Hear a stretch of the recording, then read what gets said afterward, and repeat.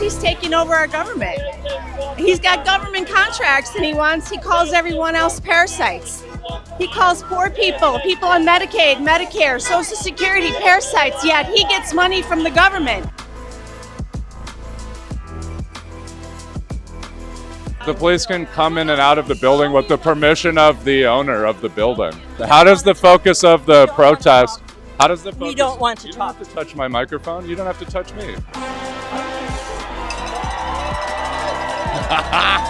While he was smoking, I suppose. None of them are true. His cars hurt people. They've killed people. I'm not even joking. We're heading to an anti-Elon Musk protest right now, which it's about time that these protests made their way to Chicago.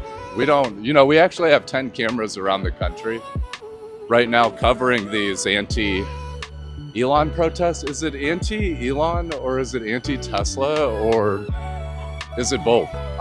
And I think we're gonna find out because our plan is to talk to some people on the ground and see what their perspective is and what is responsible for these mobilization patterns. Like what is leading people to make their way out here?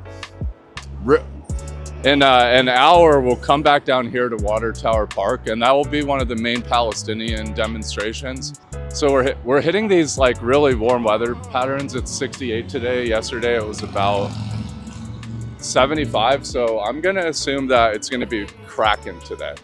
But we have no idea what we're gonna see in front of the Tesla dealership. The conservative opposition that's like religious about Elon Musk and defending him, they're basically saying that all the protests that you're seeing in the streets are turf, astroturf, meaning that it's basically a bunch of participants that are paid to be there. That's only partially true. Maybe turf is responsible for a certain percentage of the movement, and then the organic is supposed to grow. Turf's not sustainable because you're not going to keep paying people to stand outside if it's not mobilizing other folks to join. Which way are we going? When we get there, we're going to tell you, I'm going to give you my guesstimate on how much is turf and how much is organic. For the pro-Palestinian, it's probably like 2% turf at this point. You've got a lot of organizations that are supporting that movement, so you don't have as much turf. The conservatives, or the type that is like in defense of Elon Musk, a lot of what they're saying is like, look what Barack Obama said, or look what Reagan said about reducing federal spending and shrinking the government. Those individuals took a certain communication tack, but remember, they were presidents. Elon Musk is not the president. Donald Trump is the president. Elon Musk basically decided about 8 months ago that he would buy his way into the White House. And so what we're looking at is somebody who has entered the White House in an unprecedented way. People are like, oh yeah, deep state, this and that, straw man, George Soros, etc. But Elon Musk has probably spent $250 to $300 million, and he is still spending money.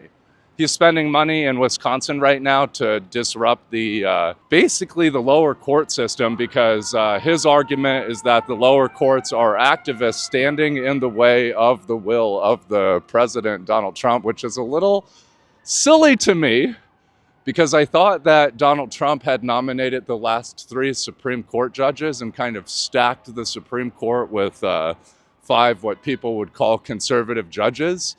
But apparently in the lower court system, if you follow the law, then Elon and his crew are basically saying that you're an activist. And so the Elon conservatives, the Elon cons, you heard that here first. The Elon cons are basically saying that the court system is preventing them from enacting the changes that are necessary to, make America great again, right? I don't know that that's true. Now, Elon Musk just recently is trying to refinance X.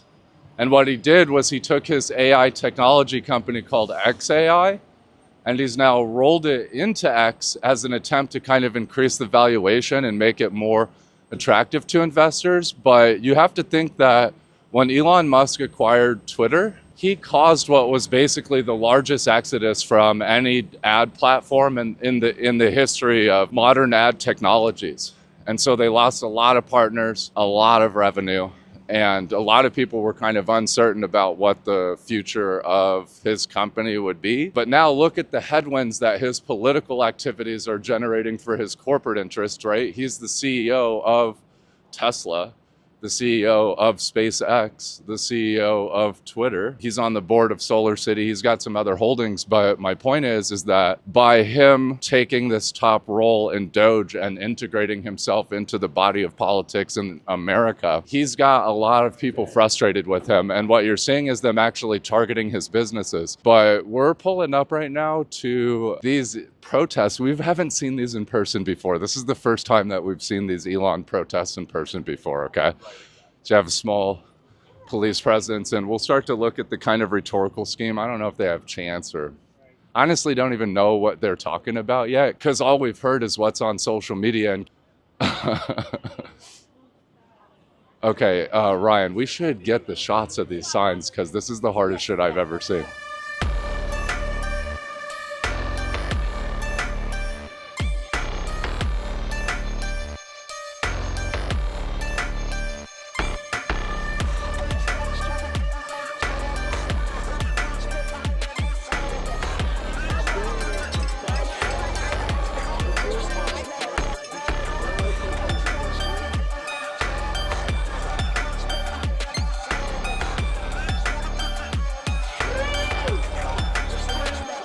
I don't even know who coordinates this, but the signs are interesting. There's definitely some compelling arguments, to say the least. In the name of humanity, we refuse to accept a fascist America. Elon gets richer while Doge causes suffering. Impeach the First Lady Alonia. Elon and felon must go. I don't think this is much turf. I think this is like a small percentage. I think a lot of people are organically mobilizing against Elon Musk, again, because of their perceptions of his political activities at the moment. And then there is like there is an argument that Elon's participation in our government at this point is like a very clear example of illiberalism. Oh, and the group is calling for Musk to be deported, which is fascinating.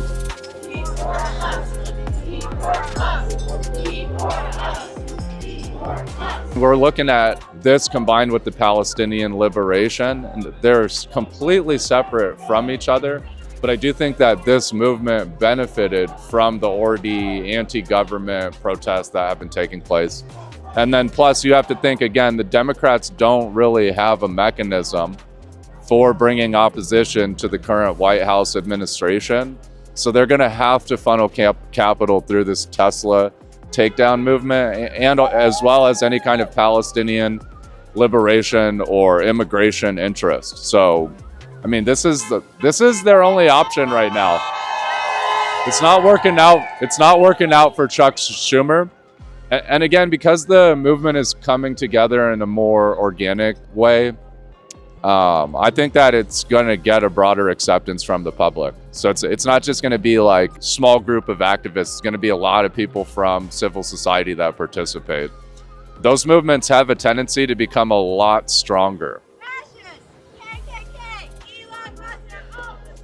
Can I ask you guys some questions? Like, what got you out in the streets for this movement? Well, because he's taking over our government. He's got government contracts, and he calls everyone else parasites. He calls poor people on Medicaid, Medicare, Social Security parasites, yet he gets money from the government. Fuck that. How did you hear about the movement? It's everywhere. It's all over the world today. I wasn't even planning to come. I was walking by, and I said, "Yeah, sure, I'll hold up the sign." The Chicago Police Department are the only ones blocking the entry. Look at, they have 6 police departments, 7 You're blocking the entry. blocking the entry. The 7 Chicago Police Departments are only blocking the entry. Get the fuck out of there, come on. You're fucking in the sack. Come on, get the fuck out of there. Come on. The only people blocking against it are the Chicago Police This is Department. where we're at. You gotta get off the entrance. This is where we're at. This is where we're at. What would be a They are safe? going to push us off of here. Get off of the entrance. Hey, this is where we're at. This is where we're at. This is where we're at. You gotta get here. This is where we're at. There is like a point where the police do have to look out for public safety. And a part of the kind of lookout for public safety is that you have a protest movement gathering outside of a private business, obviously like on a public sidewalk. So there is a like justifiable argument that the police can control the flow of traffic. Actually, technically, the police can deny entry to any part of public space lawfully for certain periods. Sometimes the duration is longer in other areas. Last night in Streeterville, they denied entry to people at the intersection of McClurg and Illinois, again, in the interest of public safety. But, you know, the perceptions of the protesters and their interaction with police is a little complicated. It's not always clear why protesters might be aggressive towards law enforcement. But at the same time, the protesters are mostly peaceful, and the law enforcement has been pretty professional overall. So, Good point. The story of my member was very You guys know we're not standing out. Well, it may look that way, but you guys know the difference. You guys know that we're out. I don't know the difference. No, we don't know the difference. I know your order is to protect that nobody breaks shit in there. Right. not technically though. There is a degree where the law enforcement can deny access in public space. All right. So and nobody's then trying to go in. they can do that persistently without violating the law. I think that's one of the complicated things with protest and the public engaging with the law enforcement. But they're definitely not protecting the private space. And I have never seen this. They're definitely not protecting the private space. Well, they're ordered to. They're standing in the public space. They're not ordered to help us. There are police. The police can come in and out of the building with the permission of the owner of the building. That's bullshit. What's bullshit? That they're inside the building and they've been in there. They're not certain. What are they doing in the building? They're not looking for a car. What are they doing? They are not looking for a car. No, I'm asking what are they doing? No, you're just trying. But so how does the focus of the protest? How does the focus? We don't want to You don't talk. have to touch my microphone. You don't have to touch me. How does the focus of the protest on Elon Musk change to Chicago Police Department? No, I'm just wondering. No, I'm asking. I'm not in your face. Yeah, that's what I thought. I'm just wondering how the focus on Elon Musk turns to a focus on the Chicago PD. Because that's pretty fascinating to me. Anyway, so the point is the law enforcement can deny access to public space, okay? I've been protesting since the beginning. I understand, but didn't you ask me to stop talking to you? Yeah, I don't understand why you keep heckling me. Right, we're in the public, remember? That's how you're organizing right now. Yeah, so it is kind of interesting how the public perceives the law enforcement during a protest, right? It's not this isn't even an anti-law enforcement protest. It's an anti-Tesla, anti-corporate America protest. But for whatever reason, at some point, These are our streets. at some point the public, Whose streets? Our streets. Whose streets? at some point Our the streets. public will. Whose streets? Our streets. Yeah, it's Whose interesting. Streets? Our streets. The crowd dynamics are fascinating because it's like the perception of a threat, and it's hard to tell like where the core leadership or the kind of structure of the chants are coming from. You are a pathetic, sad little man. And it's fascinating how many people are harassing me for commentary. You know, I've actually never been harassed at any of the Palestinian liberation movements, just to be clear about that. So I do think the Musk crowd is a little bit more aggressive, okay? I think they have some good points about why they might be in opposition to Elon Musk, but Harassing the media and the law enforcement is a little over the top. People are being fucking kidnapped, and you're here trolling? I'm not trolling. Who are you? I'm not even actually trolling this movement because I don't like Elon Musk. So it's interesting how much harassment I'm getting. Actually, the reason I'm being harassed isn't Elon Musk. It's just trying to help people understand law enforcement's not the enemy. Well, and then, yo, Ryan, get a shot of this. It's fascinating, isn't it? Look how much open space we have now.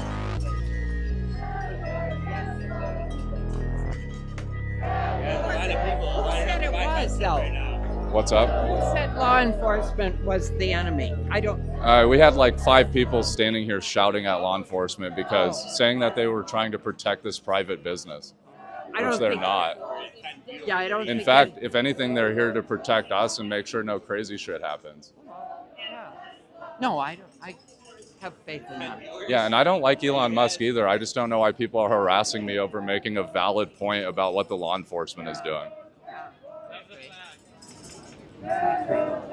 They'd probably be out here with us, I think. I agree with you. That might be coming. Yeah, so I literally cleared out that space back there. And it's so funny how crowd dynamics work. And then also I triggered basically the entire movement to start chanting.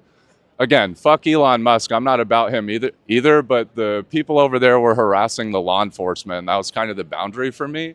And just making that point, I got heckled by like 10 fucking people. So again, I'm on the same page with everybody that doesn't like Elon Musk. Trust me, fuck Elon Musk, okay? But when you take your aggression, like if your movement's peaceful and it doesn't have an anti-law enforcement dimension, then it should really focus on the target actor, which is Elon Musk, right? It's not the Chicago PD. And like I said, there's a scenario where the police, if you give the police access to your property, then they'll use it as part of their operation. If you approve that business obviously called the law enforcement knowing that they've got these kinds of headwinds, but at the same time, the police department has a responsibility to try to maintain order in front of these protest movements. So it's not like the law enforcement is there because of Tesla as much as they're there because of the protest or the gathering. There was a group literally harassing the law enforcement, claiming they're protecting the business. And the law enforcement's already stressed out and spread thin. We're heading to another protest right now, but there are multiple others happening in the city. And so lately, I would honestly say like the law enforcement has been pretty kind and respectful. And then also I do want to say that the political repression is not coming from local law enforcement agencies. A number of agencies have also claimed states' rights to kind of set a boundary with the federal government.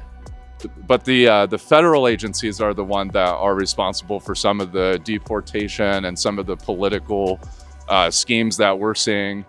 It's not the local law enforcement. In Chicago, even since we've been covering protests since March on DNC, there's been like very little clash between the public and the law enforcement. And honestly, in this city, Chicago, the law enforcement doesn't even have the monopoly of violence. They've basically ceded it to big mobs of kids. So yeah, that was interesting. I'm not a laydown, and I wasn't really trying to talk shit to the group, but like at a certain point, like let's not be delusional. Again, there are movements that have that sort of anti-law enforcement dimension, and they're going to target that particular institution. But Elon Musk doesn't represent the law enforcement, and Chicago PD is not the target of political dissent if you're protesting Elon Musk.